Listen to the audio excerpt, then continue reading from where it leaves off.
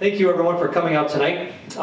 When we started, Margaret, you're welcome at any point to dim the lights, if you can figure that out. When we started working on this project, you know, as part of the recognition of the Civil War in the country, we were celebrating the 150th anniversaries of that, and so we, of course, wanted to see where we fit in. We're the community of Rochester, and it was difficult. It was difficult to find where we fit in because there was really nobody living here. We were sparsely populated. And I'll talk about that. I'm going to show you some statistics about that a little bit. So, and it's hard when we put ourselves in perspective to where all the other things that were going on around us. So it's hard sometimes to talk about our story without talking about what was going on in Shelby Township and Troy and other communities, because we were together doing, you know, bigger things and a bigger impact, I think, than just Rochester area residents. And so my talk tonight isn't on the history of the Civil War. It's like Dr. Hyde's talk coming up. There's so many untold stories. And there are a million little tangents with the Civil War. As I was trying to pull this together, 3 of them just jumped out at me. One of them is, I think a lot of people know about Arlington National Cemetery. And really, Arlington National Cemetery was a chance to bury Union soldiers on Robert E. Lee's farm. That's Robert E. Lee's farm. They wanted to humiliate the Southern general by burying our soldiers there. After the war was over, the U.S. Supreme Court said, you got to compensate him. You took his land, and you have to compensate him. So that's how Arlington National Cemetery came about. In the siege of Vicksburg, it was another terrible battle in the Civil War. The state of Missouri sent 39 regiments to the battle. 22 for the Union, 17 for the Confederacy. That's pretty interesting, how split one state would have been. And then lastly, in the Battle of Shiloh, over 2 days, more men were killed than in all the other wars that America had been involved in combined. So you start throwing it together, what the Civil War, what was going on in the mindset of everyone. It's really, you know, it's an amazing event in American history. So, and so much revolves around it, we'll take it from there. For those who don't know much about the museum, these are our buildings here, and if you'll notice, 3 of them were built before the Civil War. Our farmhouse at the top, built in 1840, Red House in 1850, our schoolhouse in 1848. So it's kind of nice to walk through those buildings and realize they were there, you know, sometimes a decade before the Civil War ever broke out. So we do have buildings, they were built in that time period. And at some point in my presentation, I'm going to go through and every building I can think of that was here when the Civil War was going on, I'll show you a picture of. And then tell me if I'm missing something, because we're just trying to, it's fun to kind of do a capsule in time and understand when it happened. You know, it happened 1861 to 1865. And so at some point, you know, it was coming out to affect us. Within our archive, within our complex of museum operations are the different things that we have. One of them, under our archives, you'll see that we have diaries. A lot of times people have never, you know, you hear about Civil War diaries and the things that they write. If you've never seen a Civil War diary, I have 4 of them up here from J.J. Snook, and I'll talk a little bit about him. But if you've never seen one before and always want to try and figure out if you can read their writing, good luck. Nancy Bujold was supposed to come here tonight. She transcribed them all for us, so she was going to talk about the efforts that it took for her to do that. And I pulled out a couple of passages from their diaries. It'll just take me about 15 minutes to try and figure out what they wrote again. But it's fun if you've never done it. I do have a pair of white gloves. I do require you to wear white gloves. So if you don't, you'll have broken fingers on the way home tonight. The last thing is our newspapers. Our newspapers, we have a great collection of newspapers. I consider them the most valuable thing that we have at the museum and in our archives. In fact, valuable enough that we've microfilmed every single one of them. I know we did this years ago before it was digital. And those copies are here in this building. It's part of our disaster plan. Something would ever happen to our original copies. There's copies of them all here. But the important thing to notice is that they start in 1872, which means the Civil War was over. It was over with. So we kind of missed it, and that's too bad because I think we missed that. How the newspapers were reporting it. That's the crucial part, I think, of the Civil War, is how the newspapers were bringing that story back home. But I'll talk about what happened when the Civil War ended and how it affected newspapers. That was kind of crucial, and it affected Rochester the same way that it happened all across the country. So ponder that question. What did the newspapers write about when the Civil War ended? You know, they had white space, and if you've ever been in the newspaper business, white spaces, they don't have anything to write. They have nothing to say. So what took its place? It was major events going on in America in 1865 that took over right after the Civil War ended. The railroad and this thing were connected. It's my last slide, so you can contemplate that if you'd like.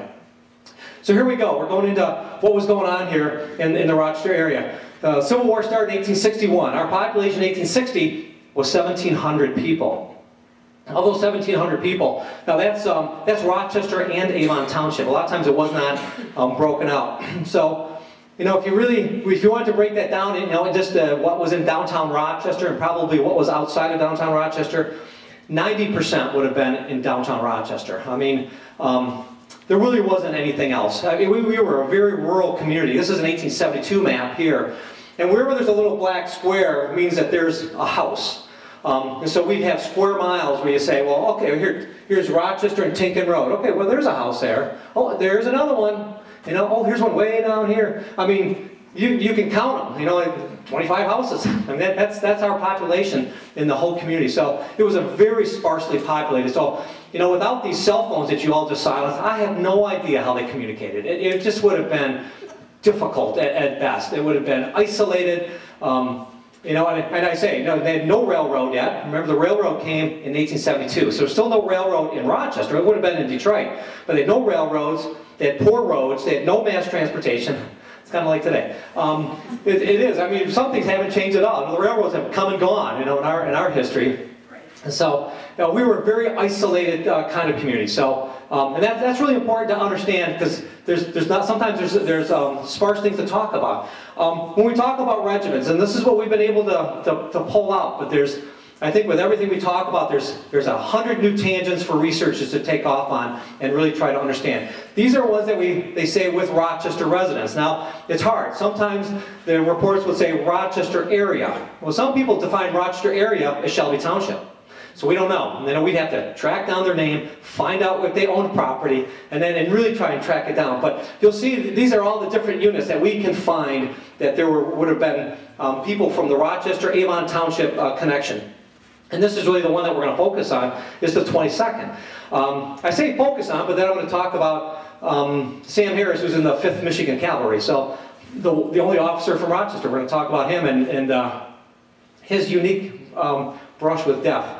And really some interesting stories about him. So the 22nd Michigan is really the regiment, probably more than anything. Then Ray just told me there's 360, what was the number you just threw out to me? Well, I'm thinking that I have at least 100 in Rochester-Avon. Rochester-Avon? Okay. And together with Troy and Pontiac Township, I have over 350. And I have a number coming up here in just a little bit about the 22nd, because they trained in downtown Pontiac. So yeah, but nonetheless, the 22nd really represented, you know, our area, just north of Detroit, in the Rochester, Pontiac Township, probably, you know, Oakland Township, which is even more sparsely populated than Rochester and all that. But the 22nd Michigan, and a couple times you're going to see me reference the 22nd Michigan. In fact, I brought a cane here from a gentleman who carried it in the 22nd Michigan. We have poetry from the 22nd Michigan. I don't have the cowbell. I think the cowbell's on display. I'll talk about the cowbell that they really liked. Abraham Lincoln. This has nothing to do with Rochester, but it leads into my next slide, so that's why I have to have this one in here. Abraham Lincoln came one time.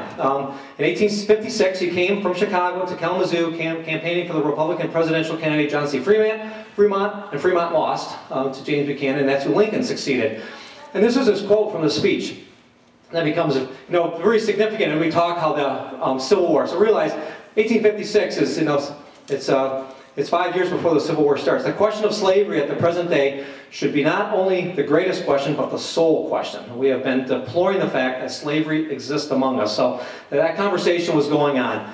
And so what's our connection to Abraham Lincoln? Well, it's Herb Peters. And Herb has spoken here. I know Herb has spoken numerous times. And anybody who ever met Herb was best friends with Herb. And in fact, his quote, and he's a self-designated, you know, if you want a title, this is what his title was.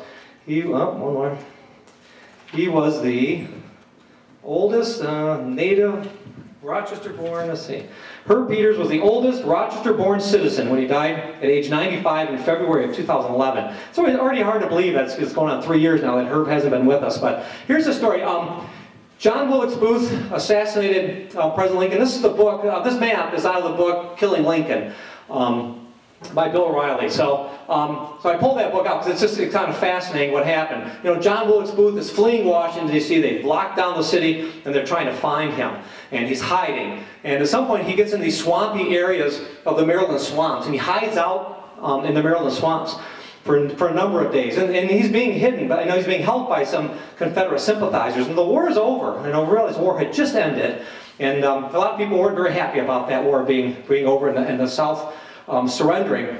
The Union Army, it's an amazing manhunt. At some point in these Maryland swamps, they went shoulder to shoulder for 1 mile, and they walked through the swamps trying to find him. 89 Union soldiers drowned looking for John Wilkes Booth going through these swamps. So, I mean, this was very significant. At some point, he does finally cross the Potomac River and gets to the Garrett farm, and that's where Herb Peters fits in here. And Herb's middle name was Garrett, and so I had to go through the genealogy. It's just our connection to this whole event here. His great-grandfather, Richard, owned a plantation in Virginia. He housed John Wilkes Booth as he fled a massive federal manhunt. He had no idea who, you know, once again, it was rural there too. A, he didn't even know Abraham Lincoln had been assassinated. And B, he had no idea who John Wilkes Booth was. It was somebody knocked on the door and said, I need a place to stay. And they put him up in the barn. Put him up in the barn eventually. Initially, he slept in their house. And he slept in the same bedroom as Herb's grandfather. So he shared a bedroom with John Wilkes Booth. Not really. And John Wilkes Booth, of course, had a broken leg because he had broken it after he jumped out of the theater and landed on the stage. His grandfather was 7 years old, and he witnessed Booth being shot on the front porch of their house. Once the federal manhunt kind of narrowed it down that he was there, they surrounded that barn, and to get him out, they lit the barn on fire. And at some point, he did come out, and they shot and killed him on the porch of the house. And then his father worked and that's what brought him to Southeast Michigan. He worked on the Detroit United Railway until it shut down in 1931. Herb Peters was a longtime teacher, writer for the Clarion, traveler, did all kinds of great things. His son right now, Gary Peters, is in the House of Representatives running for U.S. Senate. And so this is kind of an interesting connection that we have, and I think he's told this story many times, certainly much better than I could ever tell it. And I'd love to have his son here, Gary, to see if he, I'm hoping that he is just as intrigued by his own family's history. So kind of an interesting Civil War story to one of our own local residents, and to realize that he could have sat and had his grandfather tell him the story about when John Wilkes Booth was shot on his front porch. I mean, that's kind of an amazing story. If you want to go and find out, see this front porch and the barn and all that, it's all gone. It's all was demolished so they could build the highway. You know how those highways have a way of taking care of local history. So nothing remains of it. There's a historic marker on the road. If you really want to stand on the spot, you have to stand in the median of a highway. So probably not the best place to learn something about local history in Northern Virginia. So not there anymore. Sam Harris, really one of my favorite stories to talk about. Sam Harris, First Lieutenant, 5th Michigan Cavalry Volunteers. Was involved in all kinds of battles. He was involved in the Battle of Gettysburg. His story is that he's an officer now, and at some point the Confederates have our Union soldiers in Libby Prison. Libby Prison's in downtown Richmond. Richmond is the capital of the Confederacy. So this daring raid was going to be, these guys were going to sweep into the capital of the Confederacy, I mean, right into the heart of the Confederacy. I mean, Jefferson Davis was living in Richmond, and they were going to break in to this prison, free the soldiers, and then get out. I mean, what could possibly go wrong? And so they do. They sweep in, and he is captured. He's shot. He breaks his clavicle, and so he can't move his arm. And when you're a horseman, that's a very important thing. And I forget what else. I don't know if he breaks an ankle or something too, but he's in big trouble, and he's captured. And so the Confederacy says, hey, we've got a Union officer here. This is great. We're going to make an example out of him. And so things weren't looking really good for Sam Harris. Before that, before he led this raid and was part of this raid, he had been involved in an area of northern Kentucky where they just searched the countryside looking for Confederate soldiers.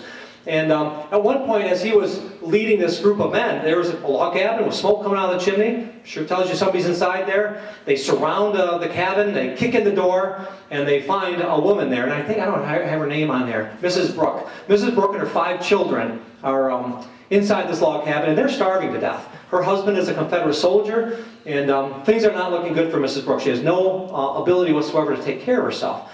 And Sam Harris from Rochester, Michigan says, listen, I'm here to, preserve the Confederacy, to end slavery, and do all these great things. I'm not here to watch women and children, die. So he makes sure that this family has provisions sent to them. So he goes back to camp, loads up wagons, and for as long as he's there, for 3 months, he just keeps sending provisions to her. And he's just helping her out. And so she is, of course, very thankful. I mean, he has literally saved her life and their 5 children. And so in one of her pieces of correspondence, she wrote to her college roommate and said, oh, things have been so bad here, but all of a sudden now things are looking a little bit better. I've had a chance, we've run into the soldier, Sam Harris, from Rochester, Michigan. And, in case you would ever run across him, do whatever you can to help him out. He's just the nicest gentleman, and he's helped me out. So, what are the chances? Remember, we're a country that has, no ability to really communicate easily. What's the chances that whoever she would write this letter to in New York City, where her college roommate was, that this would ever come back and to help out? So, Sam Harris, life moves on. He's in this raid. He's a prisoner of war now. He's in downtown Richmond. And they said, here's what we're going to do. We're going to hang you on public gallows, and we're going to show all these Union soldiers, if they ever think that they're going to try to pull a stunt like this again, this is what's going to happen to you. So Sam Harris knows that things are not looking good for him. And at one point, he's finally loaded into a wagon. A bag is put over his head, and he is on the streets going down. He said in his book, you could look under the bag, and you could see the women up there waving handkerchiefs or closing their windows. They know what's going to happen to him. So it's not good. They pull up to the gallows where he's going to be hung. And word is sent that Jefferson Davis and his wife are coming to the hanging. This is going to be a big deal, that the president of the Confederacy would come. So Jefferson Davis, of course, is getting dressed to put on his finest. He's the president of the Confederacy, of course. So he's getting dressed up, and he notifies his wife that, hey, we're going to this hanging. They're going to hang, this Union officer, Sam Harris from Rochester, Michigan. She said, Sam Harris from Rochester, Michigan? My college roommate sent me this letter. Coincidentally, same name, Sam Harris of Rochester, Michigan. And sure enough, it's the same as the college roommate.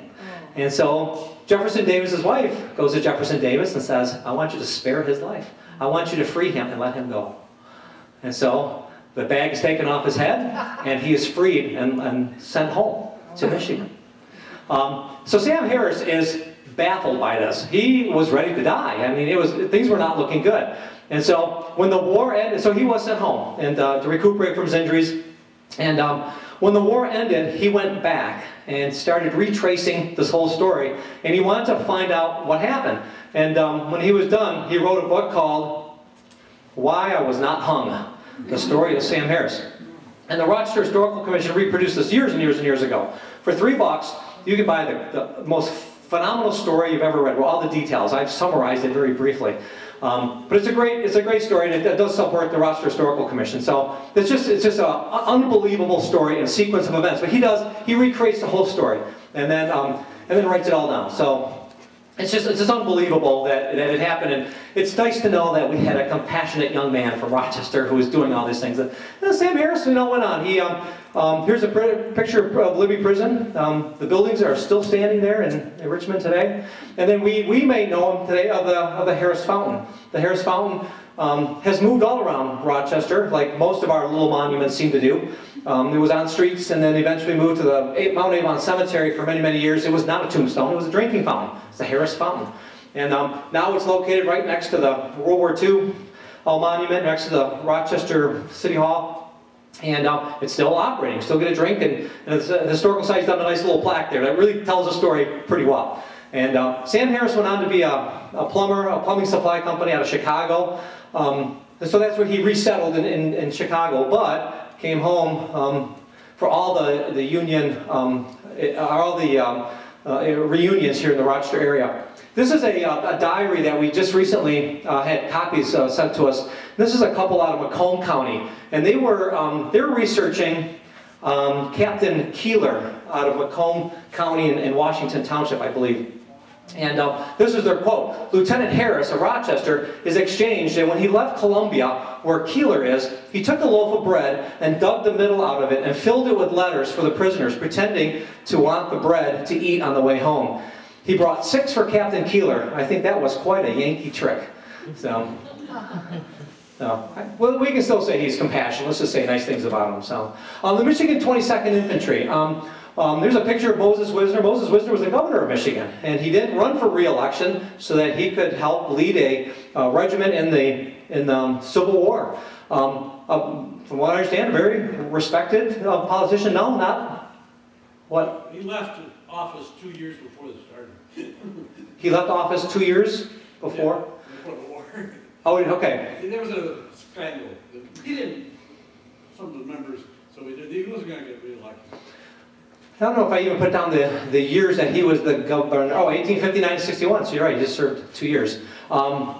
And was among the most honored and popular citizens. That's always challenging. You know, history sometimes does glamorize people, and the pedestals go up higher, normally the longer you've been dead. So, nonetheless. But we talked about more men, 560 from Oakland County joined this regiment than any other regiment. So that's my number I was looking for, right? 560 is what we know from Oakland County that was in there. The Michigan regimental flag was presented by local ladies. And these were the words from Moses Wisner. Soldiers and officers of the 22nd Michigan, look upon this flag of our nation and behold its beautiful stars. Swear that the flag of our union shall never go down in disgrace. The articles I just read about Moses Wisner, that we still don't have any pictures of him in a Civil War uniform. It's all in civilian clothing. Even when they had pictures of the whole group, everyone's in a military uniform except Moses Wisner's in civilian clothes. So it's, I've been reading some articles that the Moses Wisner home in Pontiac is still researching, and they're a little baffled by it too, that they don't have pictures of it.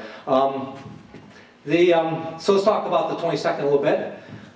This is in, I want to give you some, I don't know all my bearings, even in Pontiac, I should probably be better about that. It says, from the Oakland Gazette, around the perimeter of the fair's oval-shaped grounds, bordered by Matthews and Fairgrove Street, were positioned sentry posts. These stations and a fence held back gawkers and soldiers' families, who shouted greetings and encouragement to the men. Roll call came at dawn, followed by breakfast of coffee, soup, bread, and meat. Then morning drill. The 22nd was issued 54 caliber Austrian rifles, and some received U.S. Springfield or British Enfield rifles. The afternoon drill was designed to promote teamwork with basic tactics and maneuvers. Dinner was the same as breakfast, but cake was added. Lights were out at dark. So, and so they trained here, and then, like, 60% of all the fatalities in the Civil War, Moses Wisner died of typhoid fever at the age of 47. So we lost, we lost our governor. Well, he wasn't serving at that point. He was out of office. But but you can see what's they had 399 fatalities. So that's a 24% casualty rate is a lot. So J.J. Snook of Overlook.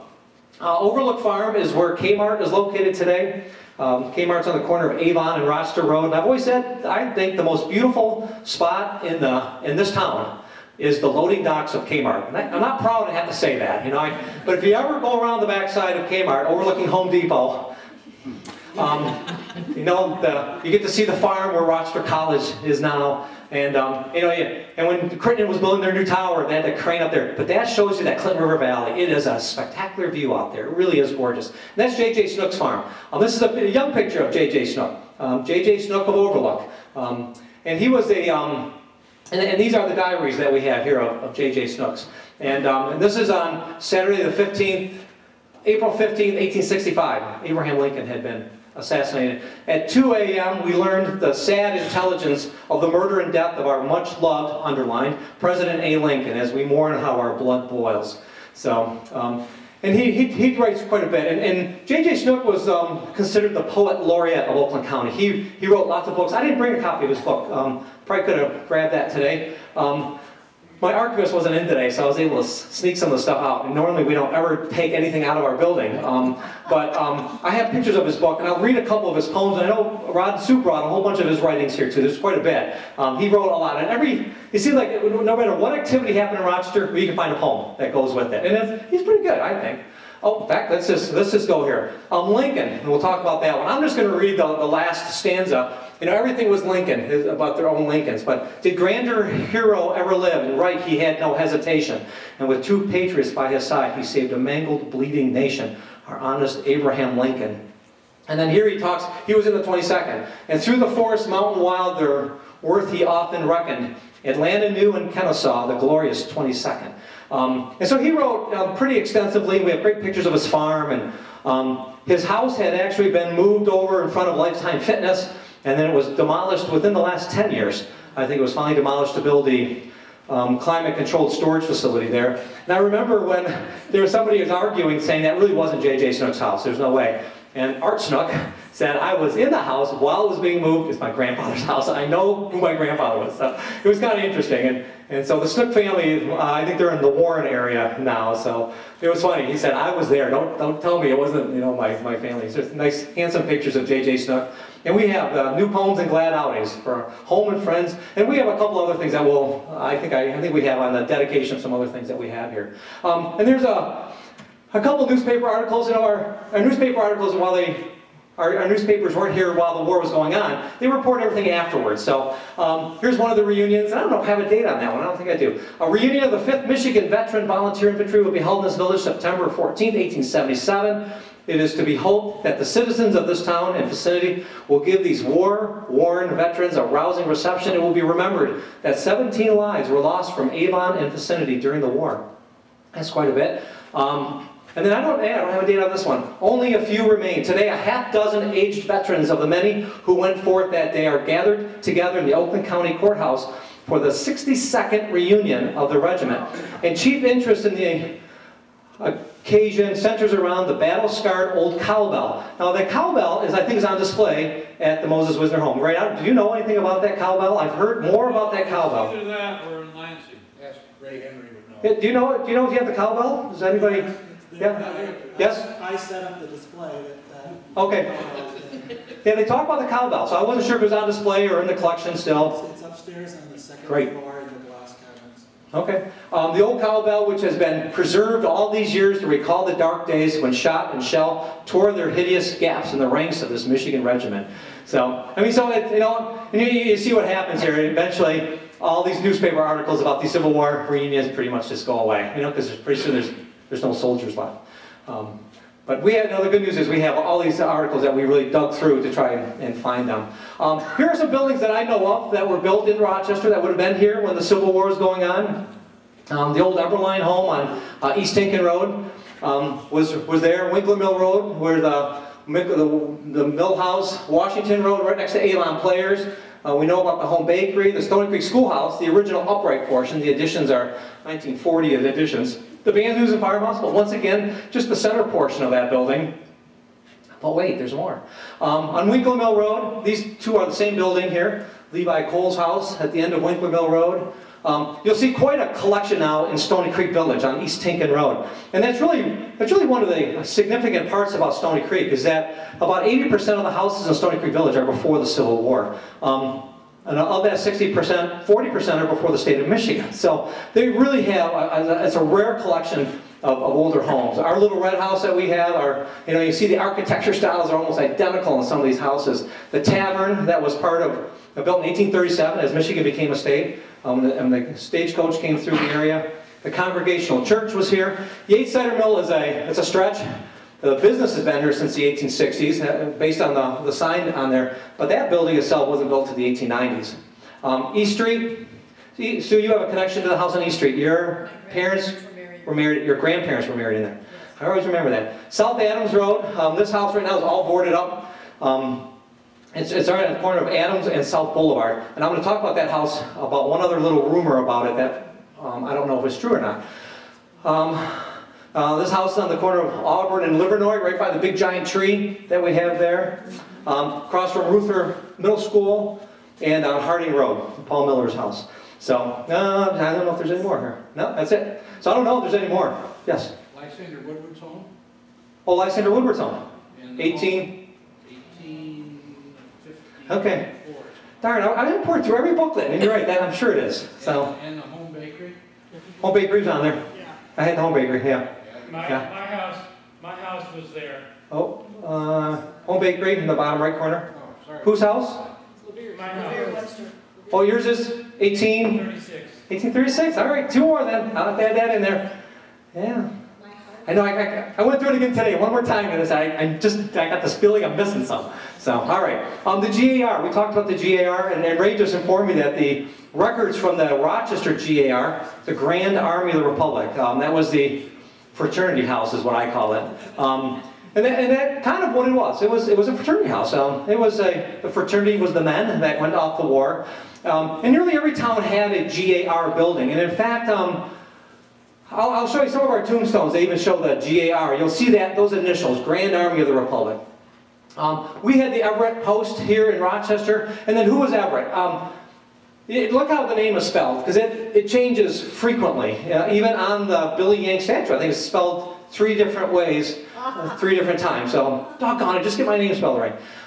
William P. Everett served in 22nd Michigan. What a surprise. Here we go again. The Women's Relief Corps of this post raised money for the statue, and misspelling his name twice. He was wounded at Chickamauga and then imprisoned at Andersonville. J.G. Snook composed his poem, The Soldier's Monument, which I think is up here, right? You brought that one. It was the poem that was read when they dedicated the Billy Yank statue. I have really been, when I went through all of our files on the Billy Yank statue, and this is right in the Mount Avon Cemetery, and it really is it's a great setting for that statue with the big giant pine trees behind it, and there's lots of names on it, and it's kind of a neat thing to see. I have 2 pieces of information about that, and they're widely divergent. One of them says the Billy Yank statue is one of only 2 that exist in the United States. This is one of them. I don't know what the second one is.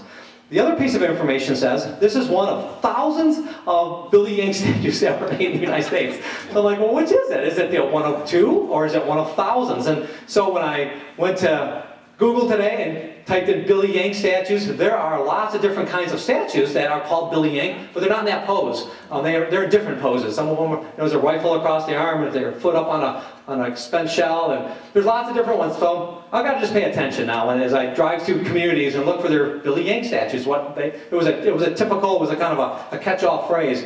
But to see if they're in that pose, I can't find anything else. One of the W.P. Everett, we have. I was going to bring the quote today, and we just decided we just couldn't do it. But this is a quote that we have in our collection. It's from the W.P. Everett Relief Corps, number 227, Rochester, Michigan, 1913. And I forget, it says, fraternity, charity, loyalty. And it's a beautiful quote. Other than, you can see where the wear pattern is, right there. But we have it on display in our upper collections room in the Hoosen Farm house. So we love that quote. It's really kind of a neat one. And we know who William P. Everett, he's buried in the Mount Avon Cemetery too. I don't know if you do his tombstone on your cemetery walk, but there's a million different good tombstones in Mount Avon Cemetery. You can do about 10 different tours there and different themes. This is a part of a tombstone in the Stony Creek Cemetery. And it does say, Grand Army of the Republic here. And this ribbon is hanging on the tombstone. I took this picture last February, of course. You can see snow was on there. And there's a couple of them. Now, look how Everett is spelled. On the top one, they're missing a couple of vowels there. In 1888, there will be a campfire. All their meetings were called campfires. And somebody just, I think Ray or someone of you guys just had something up here. And their newsletter was called The Campfire or something. But they call it campfires. There will be a campfire held in Town Hall on Wednesday evening, February 29th, by the William P. Everett Post, GAR, consisting of old war songs by the choir and oration by Comrade CTL and a Pontiac and a short address of others. Admission 15 cents to defray expenses. All are invited to attend. So they met for years and years, all the way into the 1900s. And in fact, I have a walking cane here. You're going to have to come up and read the label at some point yourself, but I'll read it to you. It says, this cane belonged to Private Lucius Lyon Frank, 22nd Michigan Infantry, last local Civil War veteran, and was taken from his side at Lookout Mountain in 1863. It is the wish of his heirs that it pass to the last man of the local Last Man's Club of World War I. And so, whoever the last guy was got to keep the cane. Ray Frank, so it passed on to Ray Frank's family, and Ray Frank and his family donated it to the museum several years ago. So, when we talk about the GAR, the Grand Army of the Republic buildings, this is what's going on in Detroit, just so you know. The pictures aren't great. This is a parade going on in downtown Detroit after the war was over. I mean, it looks like a lot of people. It looks like Thanksgiving Day parade there. This is pretty big. And then they built a building.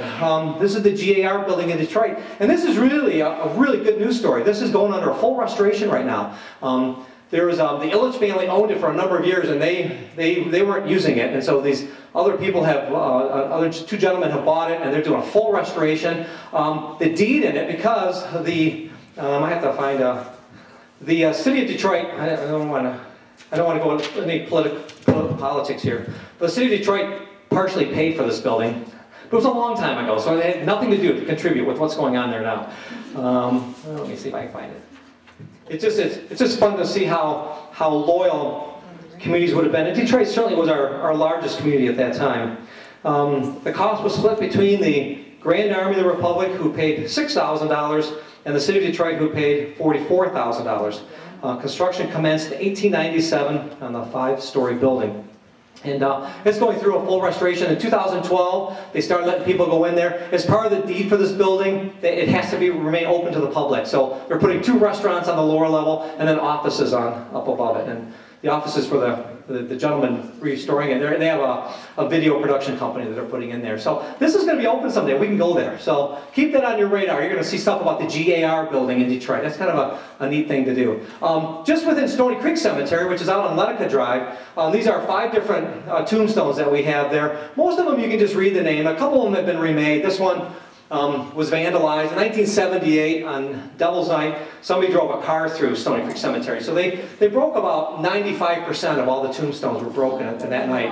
And so they've been put back together, and a couple of them have had to be remade. And so the city of Rochester Hills had this one remade. That's for James C. Cowell, died at the Battle of Williamsburg. Gustavus Goff, 10th Michigan Infantry, age 16. Joined the Civil War when he was 15. I'm sure that wasn't what they ever intended to have happen, but you know, if he's big enough and strong enough and they were desperate enough to fill their ranks, they would have taken anybody who looked old enough. Was in the war for 3 weeks, and he was a drummer and died of typhoid fever. John Delisle, 22nd Michigan, 35 years old, shoemaker, you know, and then, you know, the 50-year-old guys are in there too. I mean, so, you know, you're just thinking it's 16, 17, 25-year-olds, it went way up.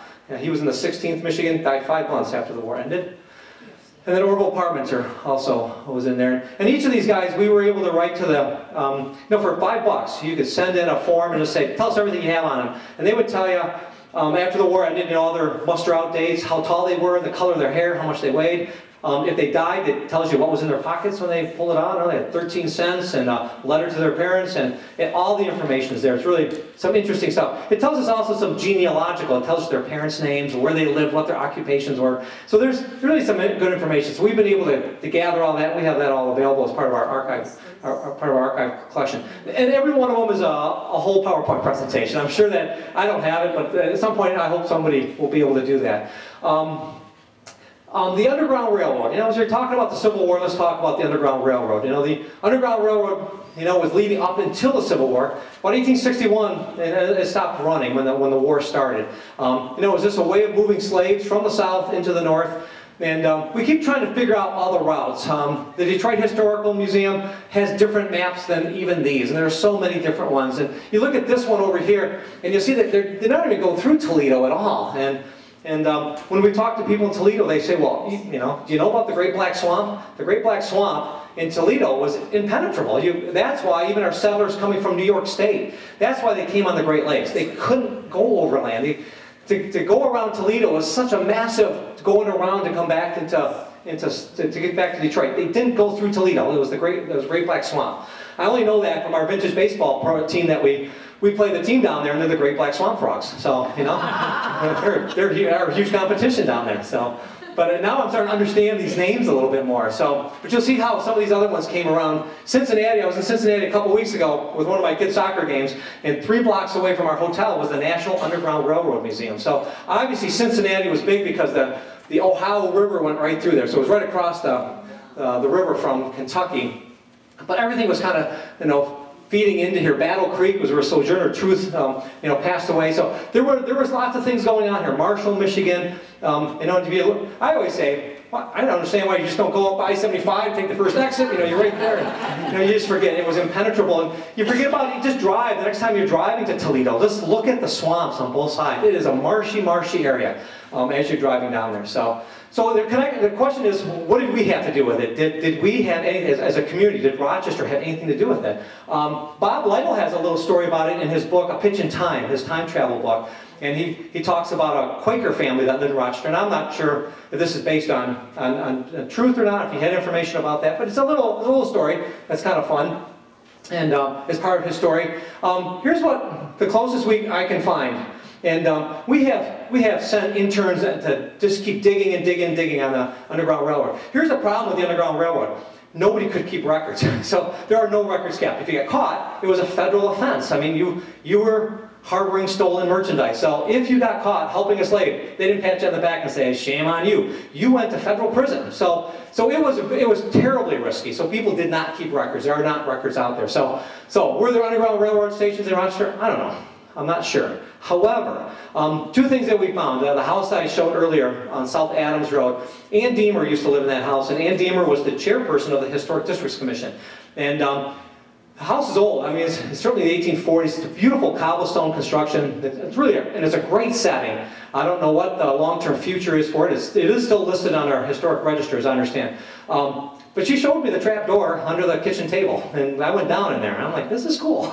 You know, maybe it was just a cellar. She said it had held runaway slaves. So, you know, who am I to say? I don't know. And then the other one, we have a rumor on this one on 4700 North Rochester Road. It's right across the street from the Guardian Angel Cemetery. It's right there.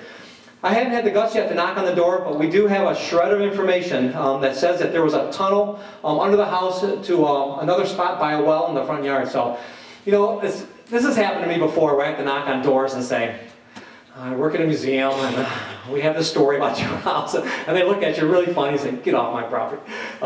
And when we did our Lost Village program, we got chased off a few pieces of property because they just couldn't believe when we said, there used to be a village in your backyard. And we could go and show them. Our map showed it was there, and we were right most of the time. This one I don't know. I don't have contacts with the people that live there. My Oakland Township connections, you guys know anybody up there? No, but Pat, if you want to approach them, we're right with you. I'm with Oakland Township Historical. We just found it. And that's the first I've heard of that, and we'd be interested. I know, it just came up, and I can show you my sources. So, okay. And well, maybe, you know. And from the road, if you look at it carefully, you know, I think the house has been resided, so you wouldn't really guess it's that old. But it's close to the road, Pat. And that's it's visible. It's heavy vegetation. I had trouble getting a picture of it. It's heavily planted in front of it, and it's hard to really see it from the road. And I'm sure it's because they're on Rochester Road, so it's kind of close to the road. So I'm not sure, but let's see if we can track that down. It'd be nice to know if we should pay more attention to that too. So, okay, so this is how I end my program. And lastly, what did the newspapers across the U.S. and in Rochester talk about after the Civil War? Anybody have a guess? What was the one topic? Assassination. What was that? Assassination of Lincoln. It wasn't assassination. I mean, I'm talking about over the next 120 years. They haven't. Resettling the South. Resettling the South. Yeah. Bruce, what did you say? I'm cheating because I've already seen. I've already You may have seen this show before, so Bruce cannot answer. Here it is. Baseball. Yeah, baseball, the Civil War, and railroads are intertwined. Now, the concept of, if you ever thought, you know, there are movies even that talk about how the Union soldiers and the Confederate soldiers would play baseball before a big war. That didn't happen. And that's Hollywood. There is no evidence whatsoever. We have really looked into that. And if somebody knows something more about that, please let us know. But you know, by the 1870s, the railroad was able to transport people in teams. Rochester's biggest opponent was the team from Amy. And everybody said, oh yeah, Amy. Where's Amy? Amy is Auburn Hills. The postmaster named the town after his daughter. And so the train, if you remember, the train goes underneath the South Hill Bridge. We call it the Clinton River Trail. It goes right to Amy. Now, by horse and wagon, it took hours to do that. By train, it was a 15-minute ride. And so the grand return match will be played between the Mechanics and the Grangers next Saturday the 14th upon the baseball grounds in the village. Boys furnish us a score. It's the earliest reference we have of the Rochester Grangers. The Rochester Mechanics and the Grangers were two club teams here in the Rochester area. And then Wednesday the 25th, the Mechanics of this village and the Okays of Brooklyn. I don't know if it's Brooklyn, Michigan, like in the Irish Hills of Michigan, I'm not sure, played a match game of baseball on the grounds of the former. A large number of spectators witnessed the game, which is an exceedingly animated one. The following is the score. So we lost, the Rochester team lost 45-29. That's a barrage. That's an NFL football score, for crying out loud. They started, of course, the women's had a baseball team here. The Boston Bloomers came here to play the South Rochesters. It was a traveling girls team, right at the turn of the century. When I did my other presentation on vintage baseball, we tracked that down when the Boston Bloomers came here to Rochester. They brought bleachers that would seat 300 people, all came on the railroad. And so we read about this match in the newspapers. We're like, oh my gosh, I wonder how our team did. So we flipped into the next week, no report. Next week, no report. Never another mention of the game. So we don't know what happened. But evidently, women got involved in that too. So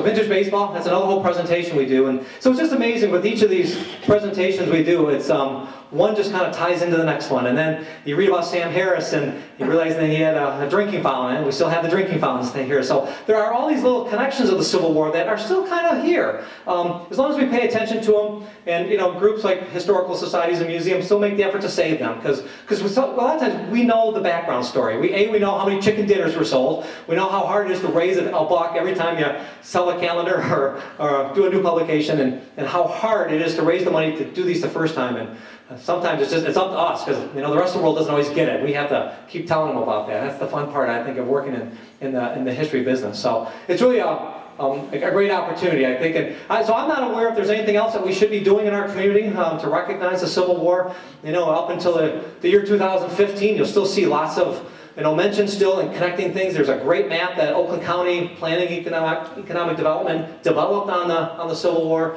In any cemetery you go into, in this area, you're going to find Civil War soldiers. So, sometimes on their tombstones, 40 years after the war ended, they still put that on their tombstones, that they what company and what regiment they were in.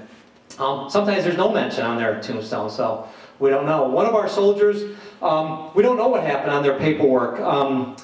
It was listed as dishonorably discharged, and so we started investigating it. And there was a paperwork snafu where they left, and it looked like they left, and the last of the paperwork wasn't signed, so it looked like they defected.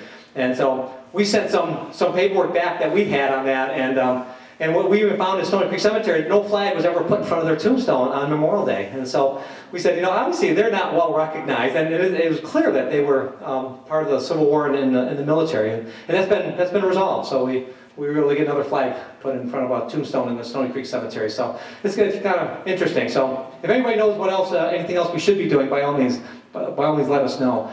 We don't do any Civil War reenactments. We did for years and years at the museum. We moved on to World War II reenactments. We won't be doing one next year. The World War II group that we've worked with now has a new museum in Warren called the Arsenal of Democracy. And so it's interesting with your talk coming up. The Arsenal of Democracy Museum will open in Warren on one of the buildings where the Tank Automotive Command Center, TACOM, is. So it'll be interesting to see how that all connects in there. So. With that, I'd be happy to answer any questions, or I would also like you're welcome to come up here if you want to look at Rod and Sue. I'm assuming they can read some of the poetry and things. They have them in plastic containers, so we're always a little nervous about people touching it. The photograph, I'm not going to pick it up because I know it's a little rattly in there, but it's a reunion of the GAR. That's Penny Reddish's story. On the photograph? Yeah. Okay. So there are some neat pictures here. The Civil War soldiers look a little grayer than they probably were when they were Civil War soldiers. But the GAR, we haven't quite tracked it down, but we have about 6 binders that are this thick on every fraternal organization that we know of. So fraternal meaning male and female. Of every organization in the Rochester area, and we count about 600 different social organizations, and the GAR is, one of many. So, Sue, go ahead. You said you were talking to Mary. Talking to? Mary Townsend? Yes.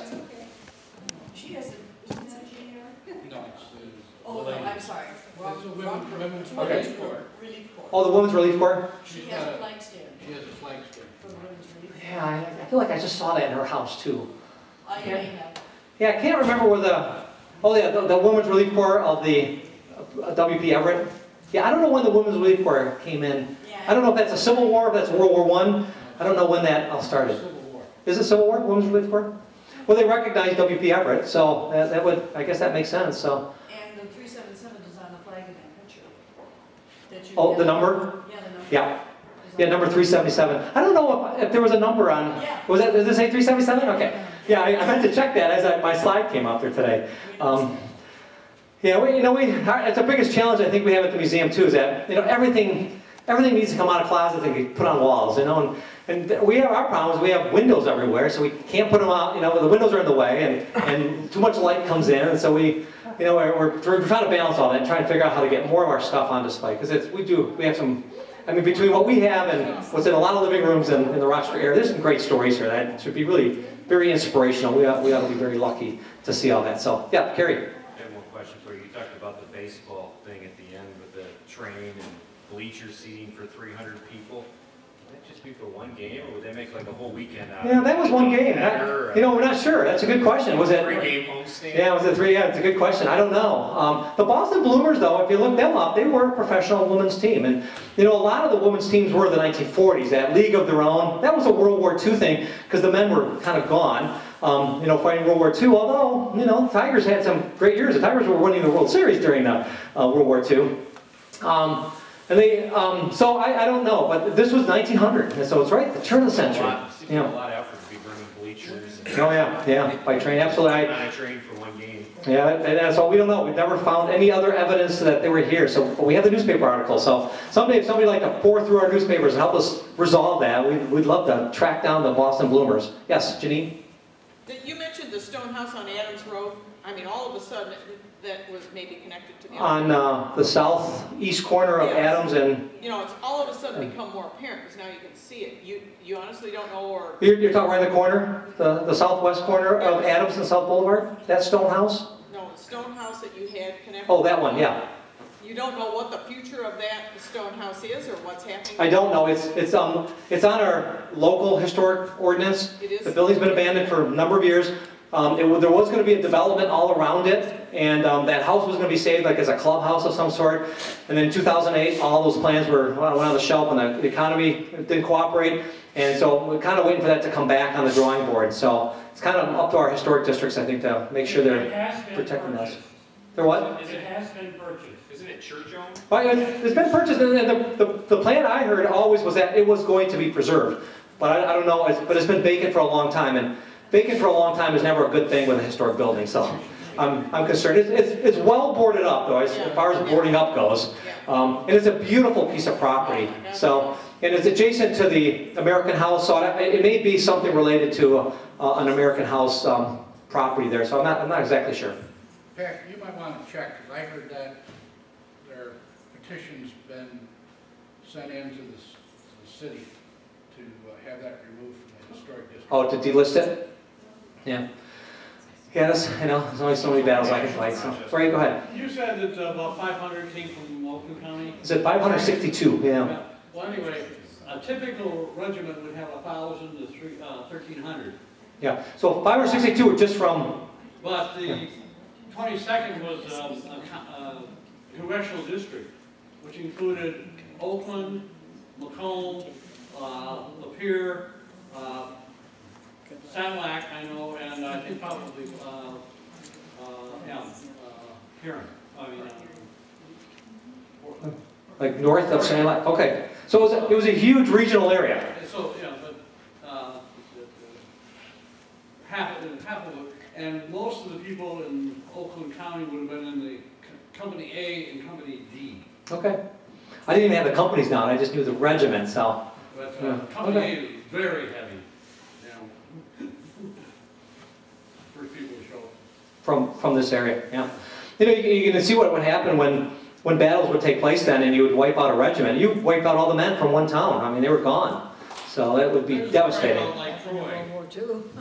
that after Chickamauga, you couldn't get a person in Troy to volunteer, or even if they're drafted, they find either substitute or pay, and they never served after Chickamauga. Yep. Economically, so at some point people aren't joining anymore, or you're paying somebody else to go for you. Yeah. Economically in Rochester, things were good. Even though we didn't have many men here, the women, the elderly, the young children, food was needed. So prices went up and agriculture was good. Some new inventions came. A lot of labor-saving devices were invented because they didn't have the manpower, so they had to come up with devices. And so there was a little economic boom in Rochester. The war was good for Rochester economically. You know, that's the only thing you can really say about it. But so it's interesting to watch, try to track that down. The biggest problem we have is that a lot of our records start just after the Civil War. A lot of our records are the 1870s. We don't have a lot of business records that much earlier because the newspapers weren't reporting it. Even our oldest maps, you know, we have an 1872 map. Yeah. 57 maps. Yeah, no, the history of Oakland County is 1877. The big, huge. Yeah, the big one. So there's a lot of history right after the Civil War. There's not much in the 1860s. So it's really a gap, I think, in our history. Just a lot of it wasn't being written down. Really what we would do at that point, though, you could go to Detroit and start seeing if the newspapers were talking about Rochester. And you have to hope we just get caught in an article. Pontiac and Royal Oak.